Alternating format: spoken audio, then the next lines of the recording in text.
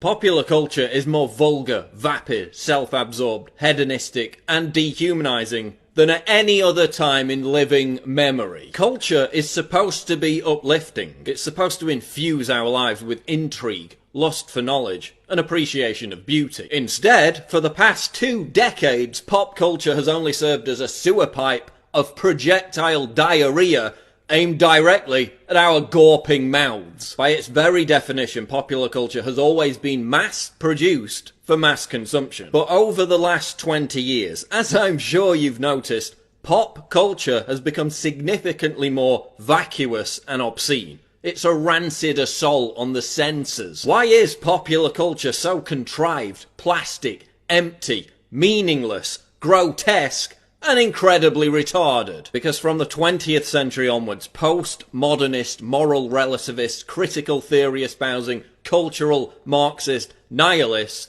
began to seize control of society. Postmodernism seeks to erase the distinction between high culture and popular culture. They want to turn everything on its head. In simple terms, postmodernists have sought to reshape society in their image. And that's why everything's so ugly. From architecture to art, to music, to entertainment, they're making everything hideous. The goal?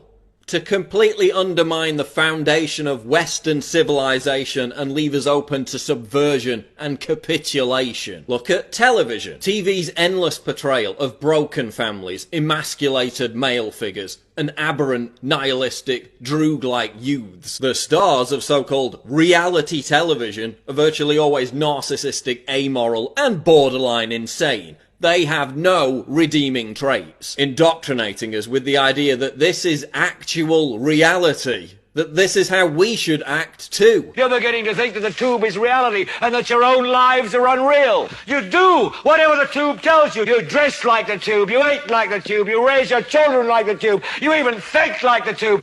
This is mass madness, you maniacs! In the decadent late stages of a society, bizarre behaviour proliferates and is legitimized by the dominant culture. They're fetishizing pathology. We're even seeing the mainstreaming of paedophilia by the news and entertainment media. Salon.com giving a platform to a wannabe child molester. Articles that legitimize watching child porn. A new Fox show that shows a transgender 6-year-old wearing a sadomasochistic ball gag. This is all intended to drag us down into the gutter. Once we absorb this kind of degeneracy, our moral filter is irreparably damaged. Studies show that the more TV you watch, the more depressed you are, even for active people who exercise regularly. And is it really any wonder, given the warped and corrosive view of humanity that is perpetuated by television? We are their cattle.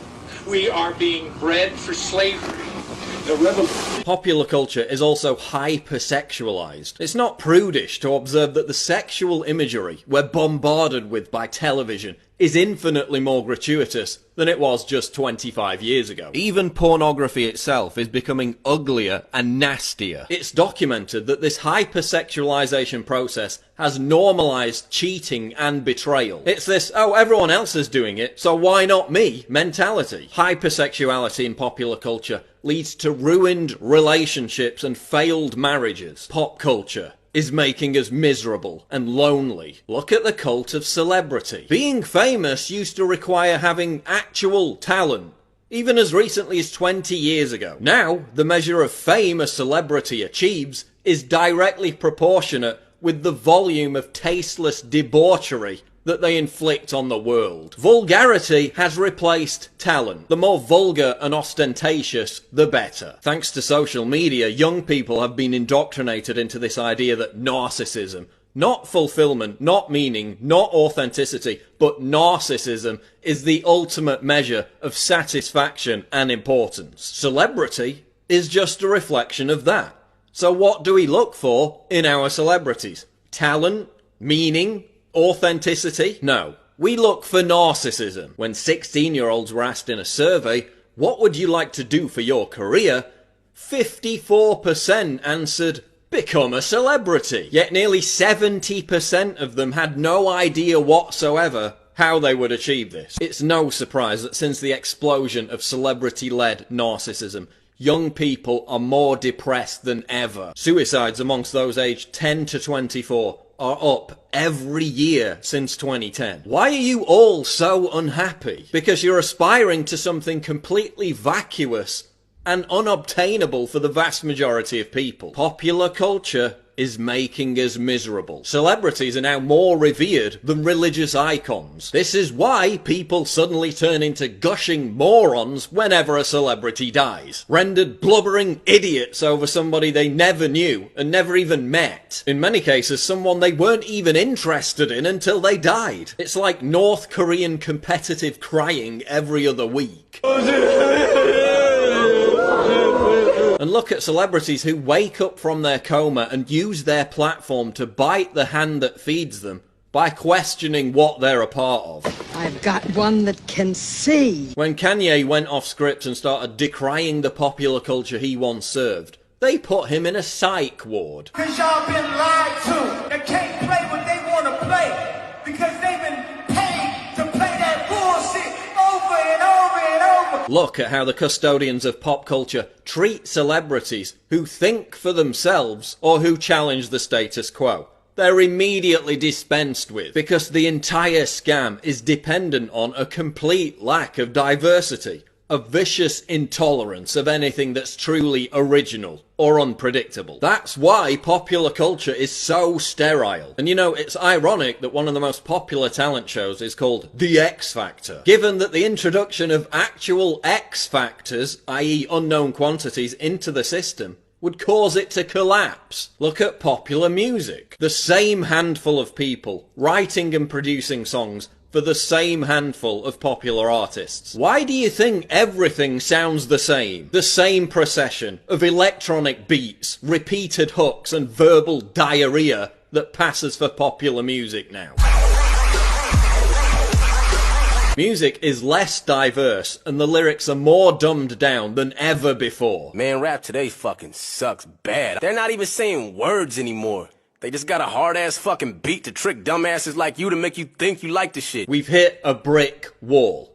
There hasn't been a single authentic movement in popular music for the last quarter of a century. And look at the effect it's had. Young people were once able to channel their self-loathing, their anger, through the medium of rebellious music. Think punk, grunge, goth. Now, they're all growing up listening to sterile drivel like One Direction and Maroon 5. Yes, we always had manufactured plastic crap, but we also had alternatives. Now there are no alternatives. They just don't get the airtime. MTV used to play alternative music videos. Is that what they mean when they say videos have symbolism? What does MTV play now? 16 and pregnant musicians with actual talent and authenticity, because they still exist, are prevented from challenging this sterile status quo, while talentless button-pushing, noise-vomiting DJs are deified. Millennials have been stripped of the ability to diffuse their adolescent rage and alienation into music or subculture. So they turn to the mental ghetto of identity politics instead. And that hasn't gone so well. What has my generation contributed to advance popular culture over the last 30 years? Humiliatingly little. Seriously, what have we contributed? Can you name anything positive? Gangster rap? A movement that encouraged millions upon millions of young people to aspire to act like degenerate criminal thugs. Yeah, that worked out great, didn't it? But then look at someone like Hopsin. Here's a guy who raps about how retarded and destructive Gangster Chic is. A guy who tells young people to get off drugs and live clean. What happens to musicians like Hopsin? Yeah, some of them get signed to big labels, but then they get parked for 3 years, or their albums are deliberately given no promotion. They're never allowed to obtain superstar status. How did rap music go from really good to so dry? Real artists get shelved and whack ones get famous. To leave masses brainless, a smart mind is dangerous. Because their message represents a threat to cultural Marxism, a threat to the toxic identity that the music industry force feeds young people. Look at youth counterculture. In the past, youth culture was spearheaded by students. They created the counterculture which then trickled down into pop culture. What are students busying themselves with today? Safe spaces, political correctness, virtue signalling, and gender studies. When did being cool become about parroting everyone else's opinions? They are socially conscious citizens and are provoked by the loathsome presence of an unmutual. They are sheep. When did being hip become about writing laborious Facebook posts about how progressive you are? As Theodore Dalrymple noted, the pressure to conform to canons of popular taste, or rather lack of taste, has never been stronger. Everyone's petrified of constant social media surveillance by their peers. Reactionary! Rebel! Disharmonious. Rebel! Reactionary! And we force ourselves to swallow this rotten culture, just so we can feel an affinity with our peers. So we can fit in. That's why there's no discernible youth counterculture. It's all predicated on conformity. And kids today are so satiated with the deluge of entertainment on offer that they have no time or interest in rebelling against the received culture. No time to create their own look. No inclination to form their own ideas about the world, when it's so much easier to just regurgitate what Russell Brand or Meryl Streep is saying. Whether it be fashion, art, music, literature, comedy, culture has been completely sanitized.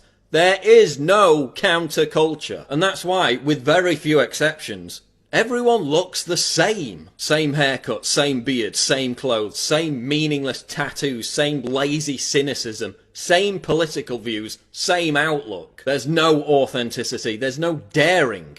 There's no individuality. Look at modern conceptual art. The postmodernist war on absolute truth has spawned the demented belief that anything whatsoever can be considered art. Why is modern art that requires skill or displays awe-inspiring beauty ignored in favour of tawdry trash? Literally trash. Have you ever visited Tate Modern in London? It's a giant building full of scrap metal, concrete blocks, urinals, and this, whatever it is. They call it an art gallery. It more closely resembles a landfill site. What does this look like to you?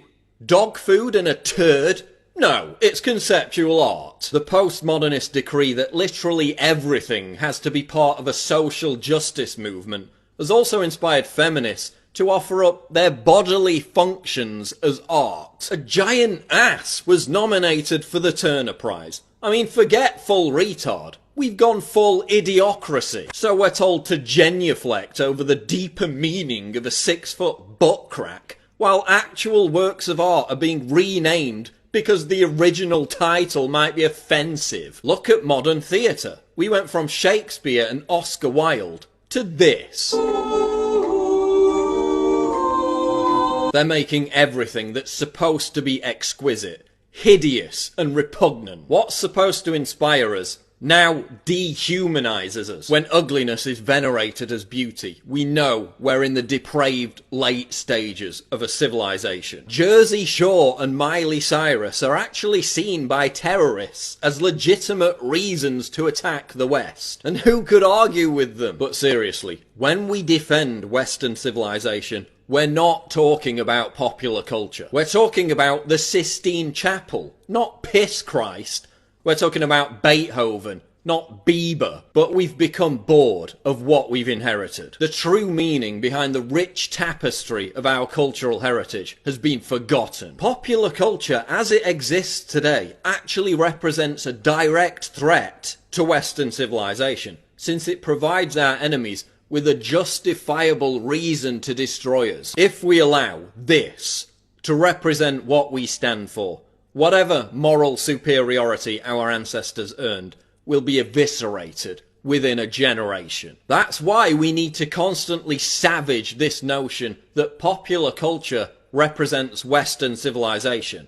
It doesn't. The weaponization of popular culture, as I've described it, is merely the reassertion of cultural Marxism. By making the culture that underpins our society completely meaningless and therefore rudderless, it can be easily overthrown. We need to reject popular culture in all its grisly, grotesque, dehumanizing forms. We need to encourage a new cultural renaissance that is once again inspired by beauty, talent, and the exaltation of human accomplishment.